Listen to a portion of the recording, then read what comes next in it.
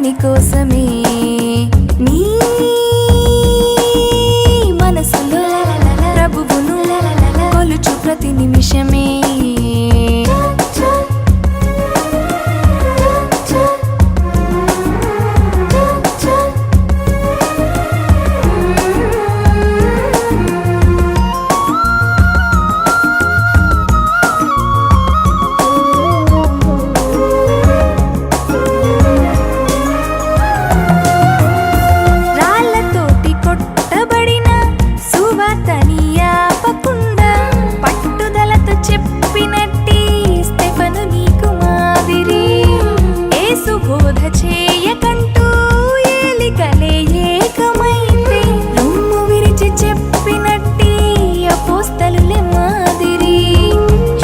వస్తే కైసరైనా ఎదురు తిరుగునేస్తమా ఎదురు పెడితే ఎవడైనా నిదురపోకుమా మనసు నిండా వాక్యముంటే మనిషి నిన్ను ఆపలేడు ఆత్మకున్న ఆశయంతో కదులు ముందుకు సజ్జన ద్వేషులు ఇలలో సహజం ప్రభువుకే తప్పలే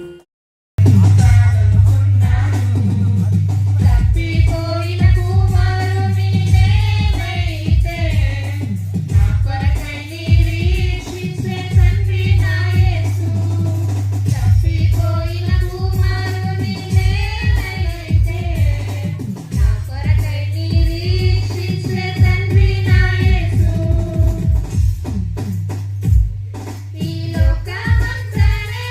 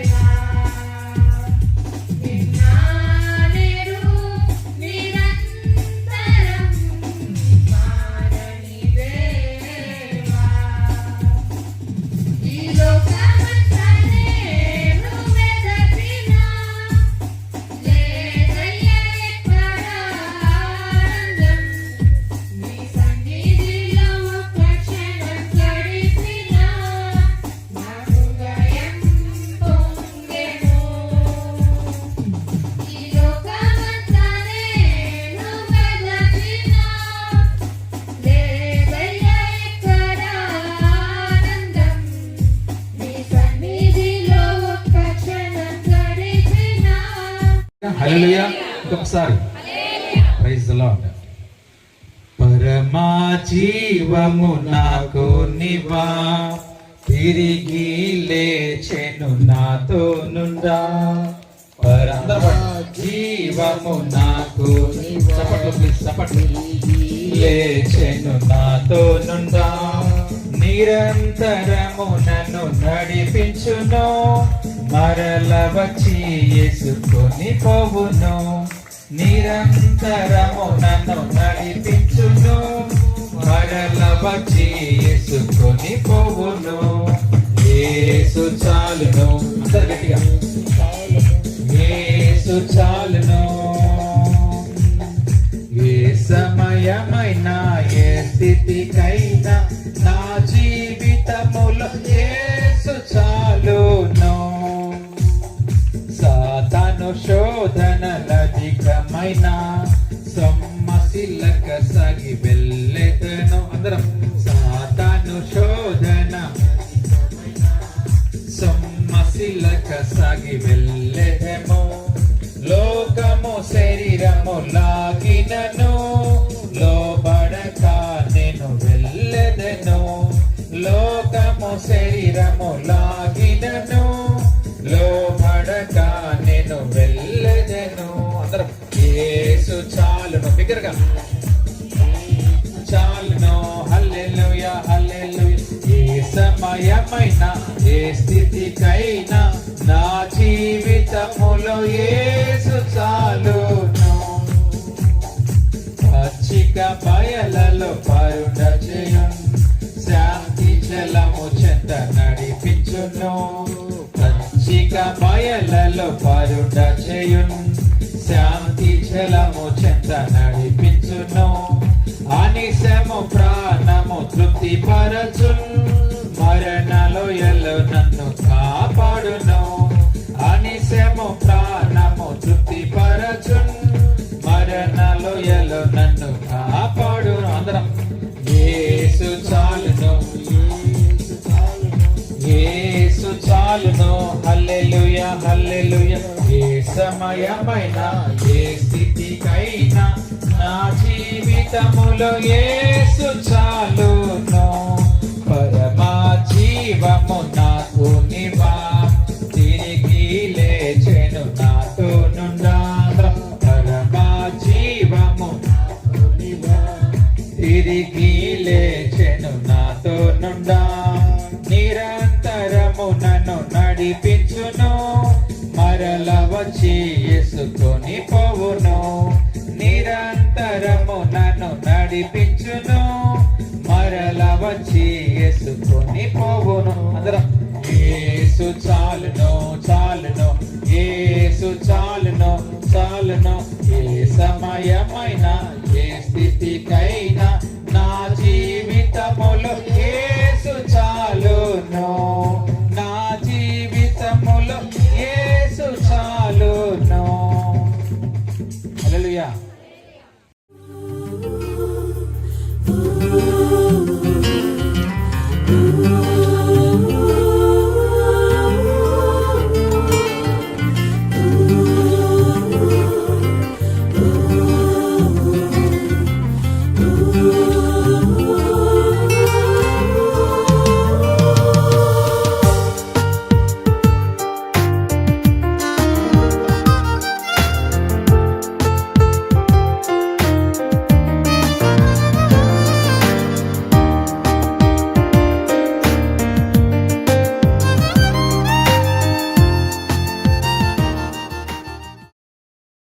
ఇస్సాకు దాసులు వచ్చి తాను తగిన బావిని గురించి అతనికి తెలియచేసి, మాకు నీళ్లు కనబడినని చెప్పారు కనుక దానికి షేబా అని పేరు పెట్టను. పైన కింద ఫుట్నోట్లో షేబా అనే దానికి ప్రమాణము. రైట్. ఇప్పుడు దాసుడు వచ్చేసాడు, పనులను పెట్టి బావులు తవ్విస్తున్నాడు. ఎన్నో ఆటంకాలు వచ్చాయి, అసూయ, విరోధం, జగడం అన్ని వచ్చాయి. ఇప్పుడు వచ్చి అంటున్నాడు, అయ్యా తవ్వుతున్నప్పుడు నీళ్లు వచ్చేసాయి. చూడండి, నీళ్లు వచ్చేసాయి అంటే ఇప్పుడు మాకు మట్టి కనిపించట్లేదు. ఫస్ట్ ఏముంది? మట్టితో ముడిచేశారు కదా, ఇప్పుడు మట్టి కనిపించట్లేదు, నీళ్లు కనిపించాయి, ఇక మట్టి లేదు. ఎవరైతే లోకము నుండి దూరమై మట్టిని తీసివేసుకుంటారో, చూడండి, నీళ్లు కనిపిస్తాయి. నీళ్లు దేవుని యొక్క వాక్యానికి సాదృశ్యంగా ఉన్నాయి. ఈరోజు మన జీవితాలు క్రీస్తు బిడ్డలుగా చేశారు. ఆ రోజు నుంచి ఈ రోజు కూడా దేవుని పిల్లలుగా, అన్నదమ్ములుగా, మన రక్త సంబంధికుడిగా నేను భావించి ముందుకు వెళ్తూ ఉంటాను. అలాగే అద్భుతమైన క్రీస్తు కుటుంబ సభ్యులుగా భావించి పెద్ద మంచి యొక్క తరుణాన్ని దేవుడు ఇచ్చినందుకు మనం స్తుతిస్తూ ముందుకు వెళ్ళాలి. ఈ సమయాన్ని ఇచ్చినటువంటి మరొకసారి అన్నగారికి, అన్నగారి కుటుంబ సభ్యులకి మరొకసారి వందనాలు తెలియజేస్తూ మీ అందరికీ తెలియజేస్తూ థ్యాంక్ యూ, ధన్యవాదాలు. చాలా సంతోషం.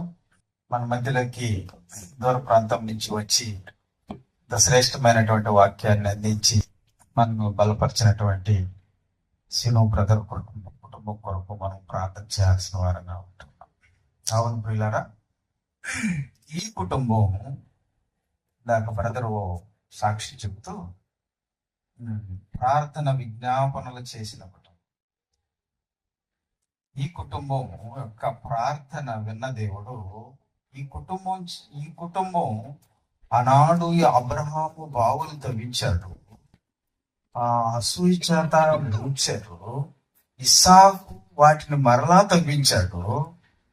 ఎందుకు తవ్వించినాడు? అందరూ అభివృద్ధి పొందాలి అని. ఈ కుటుంబం కూడా ఇదిగో ఎంతో పరిచర్య చేశారు ఈ గ్రామంలో కదా. ఇద్దరు టీచర్లే కదా అయ్యా, ఇద్దరు టీచర్లే.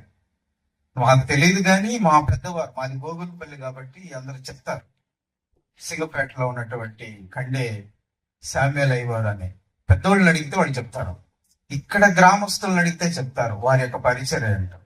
ఈ ప్రాంతం నుంచి బట్టకాగుళ్ళకు పోయి ఆ అడవి ప్రాంతంలో సైకిల్ తొక్కుకుంటూ పోయి పోయి పోయి పోయి అక్కడ సంఘాన్ని కట్టి అక్కడ పరిచయం చేయడం అంటే ఏం, వారిద్దరికి ఎంత ఉద్యోగాలు ఉన్నాయి, ఎంత అమౌంట్, ఎంత శాలరీ వస్తుంది?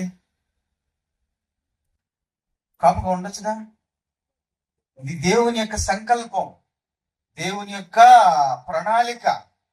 వారు కట్టబడాలి, నశించిపోయే ఆత్మల కొరకు వారు ఆరాటపడినటువంటి ఆ విధానాన్ని జ్ఞాపకం చేసుకోవాలి. ఏలీ కుమారులు ఏమైపోయారు? చనిపోయారు, నాశనం అయిపోయారు, చనిపోయారు. వారిని చంపాలని లోపల ఉన్నది గనుక దేవునికి ఉద్దేశం. ఎందుకంటే సంఘవస్తులను, సంఘానికి వస్తున్నటువంటి వారిని పాడు చేసినటువంటి వారిని చంపేశారు. అయితే దేవుడు అంటాడు, నన్ను గణపరిచే వారిని నేను గణపరుస్తాను, హల్లెలూయా. నన్ను తృణీకరించే వారిని నేను తృణీకరిస్తాను అన్నాడు. ఆ మాట సమూయేలు గ్రంథంలో ఉండదు. దేవుని సన్నిధి అంటే అంత భయము, భక్తి కలిగినటువంటి కుటుంబం కనుకనే ఈనాడు వారు కుమారులు చేయనటువంటి సేవ, ఈ యూసీవై పరిచర్య, ఈ యొక్క ఇంత పెద్ద అనుచితమైనటువంటి బాధ్యతను మరి మనమళ్ళకి ఇవ్వడం అనేది దేవుని యొక్క భాగ్యమే కదా. ఎంత ధన్యత! వారి ప్రార్థన విజ్ఞాపనలే అని నా ప్రగాఢ నమ్మకం. వారు వదిలి వెళ్ళినటువంటి సేవను కొనసాగించడం అని దేవుని చిత్తం. మండలం మొత్తం, అదర మండలాలు కూడా, పక్క మండలాలు కూడా వెళ్ళడం, వారం వారం సువార్త పరిచర్యలో కొనసాగటం అనేది, యూసీవై పరిచర్య జరిగించడం అనేది, యూసీవై యొక్క ఆ యొక్క కార్యక్రమాన్ని నడిపించడం అనేది ఎంత బాధ్యతతో కూడిన పని. ఈ పనిని సహోదరులు ఇవ్వడం, వారు చేసినటువంటి ప్రార్థన విజ్ఞాపనలు. మరి అలాంటి నీతిమంతుల్ని జ్ఞాపకం చేసుకోవటం ఎంత ఆశీర్వాదం! మనకు ఆశీర్వాదము, మన కుటుంబాలకు ఆశీర్వాదము, మన పిల్లలకి చెప్పడం ఆశీర్వాదం. వారిలాగా పరిచర్య చేశారయ్యా. మనం ప్రార్థించాలి, మనం కూడా సహకరించాలి, సంఘానికి సహకరించాలి, సువార్త చెప్పాలి, నశించిపోయే వారికి వాక్యం అందించాలి. ఎందుకు ఈ బావులు తవ్వించాడు ఇస్సాకు? ఎవరితో జగడమాడలేదే. ఇలా చెప్పుకుంటా పోతే అనేక మాటలు మనం చెప్పుకోవచ్చు. కాబట్టి ఆ నీతిమంతులు జ్ఞాపకం చేసుకోవటం మనకు ఎంతో సంతోషము, ఆశీర్వాదం. ఆ కుటుంబం కొరకు, ఈ యూసువై పరిచర్య కొరకు, ప్రతి బిడ్డ కొరకు మనం ఈ కుటుంబం కొరకు ప్రార్థన చేయాల్సిన వారంగా ఉంటూ ఉన్నాం. పనిచేశారు. నాన్నగారు అల్లూరు యూపీ స్కూల్లో హెడ్ మాస్టర్గా చేశారు. ఆయన పనిచేసే కాలంలో 25 మంది ఉపాధ్యాయులు ఆయన కింద ఉన్నారు. వయసులో చిన్నవాడు. ఆయన దగ్గర పనిచేసిన వారిలో వాళ్ళ అక్క, బావ, అన్న, వదిన, బంధువులందరూ ఉన్నారు. అంత చిన్న వయసులో నమ్మకంగా సేవ చేశారు. ఆ యొక్క ఉద్యోగంతో పాటు నా తండ్రి ఈ ప్రాంతంలో ఎంతో సేవ జరిగించారు.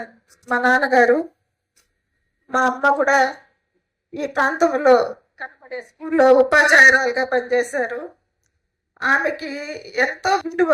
అంటే ఆమె ఈ ప్రాంతానికి నన్ను 6వ మాసంలో తీసుకొని వచ్చారు. అంటే చాలా చిన్న వయసులో ఇక్కడికి తీసుకొని వచ్చారు. కేవలము మా అమ్మ ఉద్యోగం కొరకుగా నాన్న మా తండ్రి ఈ స్థలాన్ని ఏర్పరచుకున్నారు. ఇది మాకు నివాస స్థలముగా ఏర్పడింది. అయితే వారిరువురు ఈ గ్రామానికి వచ్చినప్పుడు అందరు క్రైస్తవులు కాదు, కొద్దిమంది మాత్రమే క్రైస్తవులుగా ఉన్నారు. ప్రతి నిత్యము మా ఇంట్లో కుటుంబారాధన జరిగేది. కుటుంబారాధన అంటే చిన్న సంఘారాధనగా జరిగేది. అందరూ వచ్చేవారు. కానీ ఈ స్థలంలో ఇప్పుడు దేవుణ్ణి ఎరగనటువంటి వారు ఎవ్వరూ లేరు. అది వారి ప్రార్థనా ఫలితము. అంతేకాకుండా వారికి మేము 6 సంతానం అని చెప్పున్నారు. నేను పెద్ద కుమార్తెని. నాకు 3 సంతానము. పెద్ద విక్టోరియా, మధ్యలో కుమారుడు వినీత్ కుమారు, తర్వాత వినుప. అందరు కూడా నాయన చక్కగా చదువుకొని మంచి స్థాయిలో ఉన్నారు. వారికి దేవుడు ఇచ్చినటువంటి ఆ గొప్ప ఆలోచన ద్వారా మనమందరం సమకూడి మా యొక్క తల్లిదండ్రుల్ని వారు చేసిన సేవ మరొకసారి జ్ఞాపకం చేసుకునే భాగ్యాన్ని ఇచ్చారు. యెరూషలేము దేవాలయం నా తండ్రి. అప్పుడైతే నా ప్రభు దావీదు మహారాజు దానికి సంబంధించిన అన్ని సమకూర్చినప్పటికి కూడా సొలొమోను మహారాజుకి మీ యొక్క తరుణాన్ని ఇచ్చారు. ఆ విధముగానైనా ఎంతమంది ఉన్నాం కానీ నా కుమారుడు వినీత్ కుమార్ని దేవుడు ఈ సమయంలో వాడుకున్నందుకు కూడా దేవుని వందనాలు చెల్లిస్తున్నాను. అన్నిటికన్నా ముఖ్యంగా కుటుంబారాధన రాత్రిపూట జరగడము ప్రతి ఇంట్లో ఉంటుందేమో తెలియదు, కానీ మా ఇంట్లో వేకువలు ప్రార్థన జరిగేది. 6 చిన్న పిల్లలమే. అందరు నిద్రపోతుంటాం కానీ నిద్రపోయినా సరే కంపల్సరిగా కూర్చోవాలి. అది వారి పద్ధతి. ఆ విధముగా మా తల్లిదండ్రులు మోకరించి ప్రార్థించారు. ఆ సమయంలో ఇంకొక చిన్న మాట చెప్పి ముగిస్తాను. నా కొడుకుని మా అమ్మ, నా ఆరోగ్యం సరిలేని పరిస్థితుల్లో మా అమ్మ దగ్గర ఉండి పెరిగాడు. మా అమ్మ మోకరించినప్పుడు మా అమ్మ చీర దగ్గర తను కూడా వంగుండేవాడు. ఆ దీవెన ఈ దినాన ఫలించిందని మరొకసారి నేను దేవునికి వందనాలు చెల్లించుకుంటూ, ఇంకొక విషయం ఏంటంటే వారిద్దరు ఉపాధ్యాయ వృత్తిలో ఉన్నప్పటికీ నాన్న ఫీల్డ్, సమావేశం అన్ని పదవుల్లో పనిచేశారు. నమ్మకమైన సేవ చేశారు. మా తల్లి ఉపాధ్యాయురాలుగా పనిచేసినప్పటికి కూడా అక్కడ ఉన్న చిన్న బిడ్డలు వారికి కావాల్సిన నీరు, మధ్యాహ్నం వచ్చినప్పుడు భోంచేయడానికి తగిన వస్తువులు, ఆమె చేసుకున్నటువంటి కూర, అన్నం లేని వారికి అన్నము, ఆ విధంగా వారు ఇద్దరు కలిసి ఒకే ఆలోచనతో ఒకే ప్రార్థనతో ఈ యొక్క వారి జీవితాన్ని కొనసాగించి ముగించారు. ఆయన సంతికి చేరారు. చేరి వచ్చిన మీకు అందరికీ మా ధన్యవాదాలు తెలియజేస్తూ ముగిస్తున్నాను. చాలా సంతోషం అమ్మా. మీరు మీ అనుభవాలు పంచుకొని ప్రార్థన చేసి మీ అనుభవాలు పంచుకున్న దానిని బట్టి అవుట్ ఆఫ్ థ్యాంక్స్ చెప్పక ముందు నేను మీతో ఎందుకు చేశాను ఇదంతా కూడా కాపాడాలని నేను మీకు తెలియజేస్తాను. ఇక్కడ నేను ఇదే ప్రాంతంలో పెరిగాను, ఎక్కువగా శాతం ఇక్కడ ఉండేవాడిని. అదే క్రమంలో మా అమ్మమ్మ తాతయ్య అమ్మగారు చెప్పినట్లుగా ప్రతిరోజు మార్నింగ్ ప్రేయర్లో నన్ను కూడా లేపేవారు. నిద్రపోతున్నప్పుడు నన్ను కూడా లేపి కూర్చోబెట్టేవాళ్ళు ప్రార్థనకి. మా అమ్మమ్మ వద్దులే వాడు చిన్నవాడు అని చెప్పినా కూడా మా తాతయ్య ఒప్పుకునేవాడు కాదు. ఆయన చాలా స్ట్రిక్ట్గా ఉండేవాడు. అయితే వాళ్ళిద్దరు కూడా చనిపోయిన తర్వాత నేను ఈ ప్రాంతానికి వచ్చి ఆ సమాధి, నాకు మా అమ్మమ్మ అంటే చాలా ఇష్టం. నా చిన్నప్పటి నుంచి సాకింది ఆమె ఎక్కువ. అమ్మని చూడడానికి వచ్చేటప్పుడు ఆ సమాధి కొరకు వచ్చి ప్రార్థన చేసుకుంటూ వెళ్ళే సమయంలో ఈ ఇల్లు చాలా చెట్లు పెరిగి చాలా స్థితిలో ఉంది. అది నేను గమనించినప్పుడు బాధపడేవాడు. అదే సమయంలో నేను మళ్ళీ వస్తున్న సమయంలో నేను ఒకానొక రోజున ఈ యొక్క గ్రామస్తులు నాకు చెప్పిన మాట, అయ్యా ఆ యొక్క గృహంలో దేవునికి వ్యతిరేకమైన కార్యాలు జరుగుతున్నాయి అని చెప్పారు. నేను విన్నప్పుడు చాలా బాధపడ్డా. కానీ నేను దీన్ని రిపేర్ చేయలేటువంటి పరిస్థితి. నేను ఆ మాటను చాలాసార్లు విన్నప్పుడు నేను బాధపడి ఎలాగైనా దీన్ని చేయాలి అనేటువంటి పరిస్థితి వచ్చినప్పుడు ఆ సమాధి కూడా మా అమ్మమ్మది చాలా డౌన్లో ఉండేది. మా నాన్నగారు గత సంవత్సరం నిద్రించారు ఆగస్టు మాసంలో. ఆయనకి మా అమ్మమ్మ అంటే చాలా ఇష్టం. మా తాతయ్య, అదేవిధంగా మా నాన్నమ్మ, తాతయ్య వాళ్ళ సమాధులు అన్నీ కూడా ఆ రోజులు చనిపోయారు కాబట్టి వాళ్ళకి చాలా డౌన్లో ఉండేది. అవన్నీ కూడా హైట్ చేయాలని చెప్తుండేవాడు నాకు. అందుని బట్టి మా నాన్న నేర్పించిన మార్గాన్ని బట్టి ఆయన ఆశను నేను తీరుద్దామని చెప్పి మొట్టమొదటిగా నాన్న సమాధితో పాటు వాళ్ళకి కూడా అన్ని హైట్ లేపారు. ఆ తర్వాత దీని గురించి మళ్ళీ ఆలోచించాను. మళ్ళీ ఒకసారి వచ్చాను, చూశాను. అప్పుడు కూడా ఇవే మాటలు వింటున్నాను. కానీ నేను గమనించిన విషయాలు ఏంటంటే, విచక్షణ అనేది ఎవరైతే ఆ పని చేస్తున్నారో వాళ్ళకి విచక్షణ జ్ఞానం లేదు అని నాకు తెలుసు. ఎందుకంటే వాళ్ళ తల్లిదండ్రులు వారిని దేవుళ్ళు పెంచలేదేమో అని నాకు అనిపించింది. ఈ యొక్క గృహము ఎంతో భక్తిపరుల గృహము అని నాకు తెలుసు. మా తాతయ్య ఇప్పుడు యాకోబు అన్న కూడా సాక్ష్యం చెప్పినట్టుగా వాళ్ళ కుమారుడు కూడా ఈ సంఘంలో కొంత ఆయన పరిచర్య కొనసాగినట్టుగా చెప్తున్నాడు. అదే క్రమంలో మా తాతయ్య కొత్తసింగపేట సంఘము స్థాపన విషయంలో సహాయపడ్డారు. కుల సమాజంలో కూడా ఆయన ఒక మంచి స్థానం ఆయనకుంది. బట్టరకాకుల్లో ఒక స్థానాన్ని ఏర్పాటు చేశాడు. నేను వింటున్నప్పుడు నాకు ఒకటే బాధ, ఎందుకని ఆ గృహాన్ని ఆ విధంగా ఉపయోగిస్తున్నారు? ఒకవేళ వాళ్ళు లేకపోవచ్చు, అయినప్పటికీ కూడా ఆ విధంగా ఆ గృహాన్ని ఉపయోగించాలన్నా అని నాకు బాధ కలిగింది. నేను ఒకటే గమనించిందంటే, బైబిల్లో ఒక మాట ఉంది, బాలుడు నడవలసినటువంటి త్రోవను వానికి నేర్పము, వాడు పెద్దవాడైనప్పుడు దాని నుంచి తొలగిపోవడం. ఎవరైతే ఆ పనులు చేస్తున్నారో, ఎవరైతే దేవునికి వ్యతిరేకమైనటువంటి పనులు ఈ గృహంలో చేశారో వాళ్ళ పేరెంట్స్ వాళ్ళని సరిగ్గా పెంచలేదేమో అని నాకు అనిపించింది. వాళ్ళని సరిగ్గా పెంచలేదు కాబట్టి వాళ్ళు ఈ రోజు ఈ స్థానానికి, ఈ ప్లేస్ ని వాళ్ళు ఎన్నుకున్నారు. ఎన్నో ప్రాంతాలు ఇక్కడ ఉన్నాయి, అయినప్పటికీ కూడా విచక్షణ కోల్పోయి ఒక మంచి హెడ్ మాస్టర్, సేమ్ టైంలో ఒక మంచి పాస్టర్, అదేవిధంగా సేవకుల్ని ప్రేమించినటువంటి కుటుంబం, దీన్ని మనం పాడు చేయకూడదు అనేది విచక్షణ లేదు అంటే తల్లిదండ్రులు వాళ్ళని సక్రమంగా పెంచలేదు అని నాకు అర్థమైంది. కాబట్టి ఎవరైతే ఇక్కడ కూర్చున్నారో, మీ బిడ్డల్ని మంచిగా పెంచకపోతే మీ బిడ్డల వల్ల సమాజానికి ఎంతో నష్టం ఉందని నేను మీకు తెలియజేస్తా ఉన్నా. దేవునికి వ్యతిరేకమైన పనులు చేశారని నేను ఆలోచించి, నా దగ్గర డబ్బులు అంతగా లేనప్పటికీ కూడా నేను ఒక నిర్ణయం తీసుకొని మా అమ్మతో పంచుకొని, అంతకంటే ముందుగా మా అక్క ఒకటే చెప్పింది, ఈ స్థలము మనది కాబట్టి నువ్వు దీన్ని జాగ్రత్తగా చేయమన్నప్పుడు నేను క్లీనింగ్ వర్క్ కాకుండా దీన్ని పూర్తిగా కాంపౌండ్ కట్టేసి ఈ కాంపౌండ్ వాళ్ళలో ఏదైనా మంచి పని చేయాలి అని అనుకున్నా. పూర్వవైభవం నేను తీసుకొని రావాలి. ఈ రోజున ఏలియా బిడ్డలు ఏమైపోయారు? ఆ శాపం అనేది దేవుడు ఖచ్చితంగా ఒకరోజు ఇస్తాడు. ప్రతి దానికి ఒకరోజు ఉంటుంది. అందుకోసమే మన బిడ్డల్ని దేవుల్లో పెంచాలి. ఈరోజు నాకు ఎలా వచ్చింది ఆలోచన? ఇది ఒక మనవడిగా నేను ఉన్నాను కదా. ఎందుకు వచ్చింది ఆలోచన? మా మా నాన్నగారు నా విధంగా పెంచాడు. ఆ డబ్బులు నేను దాచిపెట్టుకోవచ్చు, ఆ డబ్బులు నా అకౌంట్లో వేసుకోవచ్చు. నేను ఆ విధంగా ఆశించలేదు. నా పూర్వీకులు నన్ను పెంచినటువంటి మా నాన్నమ్మ, మా అమ్మమ్మ, తాతయ్య, మేము సైకిల్లో వచ్చేవాడిని మా తాతయ్య తీసుకొని వచ్చినప్పుడు. ఎందుకు వాళ్ళ గృహం అయిపోవాలి ఇలా అంటుంటే నేను వచ్చినప్పుడు అందరూ అడిగారు నన్ను, ఏం చేస్తాము. ఒక స్థలాన్ని మనము పాడు చేస్తున్నప్పుడు అది ఎంత బాధండి. కనుక ప్రభువుని ప్రియమైన దేవుని బిడ్డలారా, ఖండించేటువంటి ఒకడు ఉండాలి. అందుకోసమే జాగ్రత్తగా ఆలోచించండి.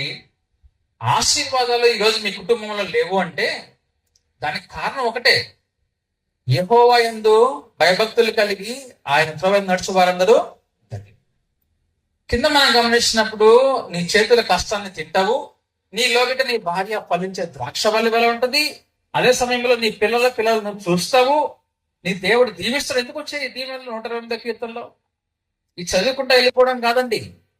ఈ రోజు నీ కుటుంబ పరిస్థితి అలా ఉందంటే నువ్వు చేసినటువంటి దేవునికి వ్యతిరేకమైన పనులు.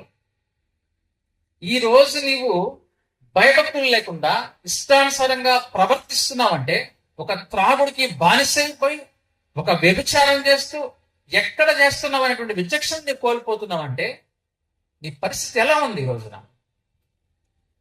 ఆలోచించాలి మనందరం కూడా. క్రైస్తవ బిడ్డలుగా, దేవుని నమ్ముకున్న బిడ్డలుగా, దేవుని వాక్యాన్ని పక్కన పెట్టి నీవు దేవుని యొక్క జ్ఞానాన్ని పూర్తిగా కోల్పోయి సాతాను యొక్క జ్ఞానంతో నింపబడి ఈరోజు నేను బాగు చేస్తున్నప్పుడు 100 మంది వచ్చి నన్ను అడుగుతున్నారే. ఆలోచించాలండి నీ అందరు కూడా. ప్రభువును ప్రియమైన దేవుని బిడ్డలారా, దేవుణ్ణి మనం దుఃఖపరచకూడదండి. పిల్లల్ని చిన్నప్పటి నుంచి దేవునిలో పెంచండి. అప్పుడు దేవుడు వాళ్ళకి మంచి జ్ఞానము, మంచి ఆలోచన, ఎవరితో ఎలా మాట్లాడాలి, ఇవన్నీ కూడా మనం నేర్చుకుంటాం. ఈరోజు అందుకోసం నేను నిర్ణయం తీసుకున్నా. కాబట్టి మనకు ఆశీర్వాదాలు మీ కుటుంబంలో లేవు అంటే నీ ప్రవర్తన సరి చేసుకో. నీ ప్రవర్తన దేవునికి అప్పచెప్పు, దేవుడు సరి చేస్తాడు, ఆయనకు అప్పచెప్పు. నీవు ఈ రోజున త్రాగబోతుగా, వ్యభిచారిగా ఉంటే నీ బిడ్డలు కూడా అదే విధంగా తయారవుతారని తెలియజేస్తా ఉన్నా. దేవుని వాక్యం అంటా ఉంది, నన్ను ప్రేమిస్తే నేను నిన్ను ప్రేమిస్తాను. ఈరోజు మనం ఆయన్ని ప్రేమిస్తున్నాము అంటే దేవుని వాక్య ప్రకారంగా జీవించాలి. ఈరోజు ఎంతో సంతోషం. నేను రాత్రి వాతావరణం మారిపోతే ఆ ప్రాంతం మేము ఉండేటువంటి ఆ ఇల్లు దగ్గర ఆ ప్రాంతంలో మేము ఎడైతే మా అమ్మమ్మ కూర్చోంటుందో ఆ ప్లేస్కి వెళ్ళి కరెక్ట్ నేను మోకాళ్ళని ప్రార్థన చేశాను. అయ్యా నీకు స్తోత్రం ప్రభా, వాతావరణం మారిపోతా ఉంది నాయన, ఒక్క రోజు నాకు సమయం ప్రభా, అందరం కూడుకోవాలి, సాక్ష్యం చెప్పాలి, వాళ్ళ పూర్వ వైభవాన్ని మనం తీసుకొని రావాలి ప్రభా, మిమ్మల్ని నమ్ముకున్న బిడ్డలయ్యా అడిగినప్పుడు దేవుడి రోజు నాకు ద్వారాలు తెచ్చాడు. హల్లెలూయా. కనుక ప్రభునందు ప్రియమైన దేవుని బిడ్డలారా, ఎంతో చరిత్ర కలిగిన సంఘాలు, మన సంఘం ఎంతో చరిత్ర కలిగిన సంఘాలు. వాక్యం చదువుకుంటూ వెళ్ళిపోవడం కాదు, రాత్రి పగులు వాక్యం చదవడం కాదు, ఆ వాక్యాన్ని ఎంతవరకు నువ్వు అన్వయించుకుంటున్నావు, ఆ వాక్య ప్రకారంగా నువ్వు ఎంతవరకు జీవిస్తున్నావు. జీవించేవాడు నాలాగుంటాడు. అర్థమవుతుందండి? ఆలోచిస్తాడు. అన్ని విషయాల్లో ఆలోచన కలిగి మనము ముందుకెళ్ళేటువంటి పరిస్థితుల్లో ఉండాలి అని నేను మీకు తెలియజేస్తా ఉన్నా. అదేవిధంగా నాకెవరైతే సహకరించారు, మరి ఈ యొక్క లోకల్లో కూడా నాకు జాన్ మామ వాళ్ళ కుటుంబము, దినకర్ వాళ్ళ కుటుంబము, శేఖర్ మామ వాళ్ళ కుటుంబం అంతా కూడా ఈ యొక్క సమయంలో మాకు సహకరించారు. వాటర్ ఇవ్వడము, వాళ్ళందరూ కూడా ప్రత్యేకంగా వందనాలు తెలియజేస్తున్నారు వాళ్ళ కుటుంబాలకు. అదేవిధంగా మన స్థానిక సంఘ కాపరి యోహాన్ పాస్టర్ గారు, వారు కూడా చెప్పిన వెంటనే అనౌన్స్ చేశారు. యాకోబ్ అన్న గారికి, అహరోన్ అన్న గారికి, కమిటీ వారందరికీ వందనాలు. వారు కూడా అనౌన్స్ చేపించి అందరిని కూడా ఈ విధంగా తీసుకొచ్చినందుకు మీకు వందనాలు తెలియజేస్తున్నాను. అదేవిధంగా ఈ ఫ్లెక్స్లు ఎవరైనా చేశారో మరి మా సహోదరుడు సుకుమార్ బ్రదర్కి, వారికి వందనాలు తెలియజేస్తున్నాను. ఈ యొక్క క్లీనింగ్ విషయంలో మనకు జేమ్స్ బ్రదర్, మా సంఘస్థులు జేమ్స్ వినయ్ వాళ్ళు వచ్చి చేశారు. అయితే ఎక్కువగా చేసింది ఎవరంటే ఏసేపు, ఆ అబ్బాయి సాల్మన్, అదేవిధంగా నాగూర్, వీళ్ళు ముగ్గురు కూడా రాత్రి మగులు ఇక్కడే ఉండి దీన్ని మొత్తం పరిచయం చేశారు. అందుని బట్టి వారికి కూడా ప్రత్యేకంగా వందనాలు తెలియజేస్తున్నాను. అదేవిధంగా ఆర్కెస్ట్రా విషయంలో మన గాంధీ పాస్టర్ గారు ఈ యొక్క చెర్లో చెలి సంఘంలో ఉన్నటువంటి ఆ గాంధీ పాస్టర్ గారు అడిగినప్పుడు పాస్టర్ గారు వెంటనే సౌండ్ సిస్టమ్ అరేంజ్ చేశారు. అందుని బట్టి పాస్టర్ గారికి వేరే మీటింగ్ ఉండి వెళ్ళారు. అయితే వాళ్ళ కుమారుడు వచ్చారు, ఆ బాబు కూడా ప్రత్యేకంగా వందనాలు బాబు, మీకు దేవుడు మిమ్మల్ని దీవించిన దాకా. అదేవిధంగా మా బంధువులు, స్నేహితులు, అదేవిధంగా స్థానిక సంఘస్థులందరికీ కూడా ప్రత్యేకంగా వందనాలు తెలియజేస్తాను. ప్రాముఖ్యంగా విషయం ఏంటంటే నా యొక్క సేవకులు, నా శ్రేయోభిలాషులు ఎవరైతే ఇక్కడ చేరినారో వారందరికీ పేరు పేరు వరుసన అందరికి వందనాలు తెలియజేస్తున్నాను. అదేవిధంగా మా గిటియోను సంస్థ జనార్దన్ గారు వచ్చినారు, డాక్టర్ జనార్దన్ గారు. నేను గిటియోన్ మెంబర్ కాబట్టి మా గిటియోన్ ఫెలోషిప్ ద్వారా తరపున మరి సార్ పంపించారు, దాన్ని బట్టి వందనాలు. ఆ తర్వాత వరుసగా అందరు పాస్టర్స్ అందరికి కూడా, మా సురేష్ బాబు బ్రదర్, ఈసీవై టీం సభ్యులు, స్థానిక సంఘ పరియోహన్ పాస్టర్ గారికి, మరి ముఖ్యంగా మా సీనున్నకి, ఎందుకంటే నేను అడిగిన వెంటనే అక్కడి నుంచి కారు తీసుకుని వాళ్ళ పిల్లలందరూ వచ్చారు. అందులో అక్కడ కూర్చున్నారు వాళ్ళ పిల్లలు ఇద్దరు, లేచి నిలబడినారు ఇద్దరు. వాళ్ళిద్దరూ మా సిస్టరు పాప వాళ్ళ కుటుంబాన్ని కూడా వందనాలు తెలియజేస్తానమ్మా. అదేవిధంగా ఇక్కడ ప్రతి ఒక్కరికి నడిపించిన మా అన్న పీటర్ అన్న గారికి కూడా ఈ చక్కగా జరిగించడం, దాన్ని బట్టి అన్నకు కూడా వందనాలు తెలియజేస్తున్నాను. మరి అదేవిధంగా మా యొక్క యూసీవై టీం అంతా కూడా అక్కడ రాష్ట్రం చూడండి పేరు, ఇది ఉన్నప్పటికీ కూడా అది ఉండాల్సిందే ఆవిడ పెట్టడం కోసం ఉందని, యునైటెడ్ క్రిస్టియన్ యూత్ అని. అదేవిధంగా మా బావ గారికి కూడా ప్రత్యేకంగా వందనాలు తెలియజేస్తున్నాను. మా అమ్మకు చేసినటువంటి ప్రతి ఒక్కరికి, బట్రకాకుల సంఘస్థులకు, యూసీవై టీంకు, అదేవిధంగా పూర్ణి, ఇందుపూరు, అదేవిధంగా ఇసుపల్లి ఎవరైతే వచ్చినారో వాళ్ళందరికీ నేను వందనాలు తెలియజేస్తూ, మీరు చక్కగా భోజనం చేయండి, మా కుటుంబం గురించి ప్రార్థన చేయండి. ఇక్కడ ఉన్నటువంటి లోకల్ ఎవరైతే ఉన్నారో వారు ఇక మీదట నాకంటే ముందుగా మీరే ఒక సీసీ కెమెరా లాగుండి ఇక్కడ దీన్ని భద్రపరిచి చక్కగా దీన్ని దేవునికి మహిమకరంగా దీన్ని వాడుకుందాం. ఎవరైనా ప్రార్థన చేసుకుందాం అంటే చక్కగా చేసుకోవచ్చు. అలా దీన్ని వాడదాము. ప్రభు చిత్తం అయితే నెక్స్ట్ ఇయర్ ఇక్కడ ఒక చిన్న ప్రేయర్ సెల్ ని నిర్మించి వాళ్ళ పేర్లతోటి పెట్టాలని ఆలోచిస్తున్నాను. దేవుడు నాకు ఆయుష్ ఇస్తే నేను నెక్స్ట్ ఇయర్ దాన్ని ప్రారంభం చేయాలని తెలియజేస్తూ మాటలు ముగిస్తున్నాను. అందరికీ వందనాలు.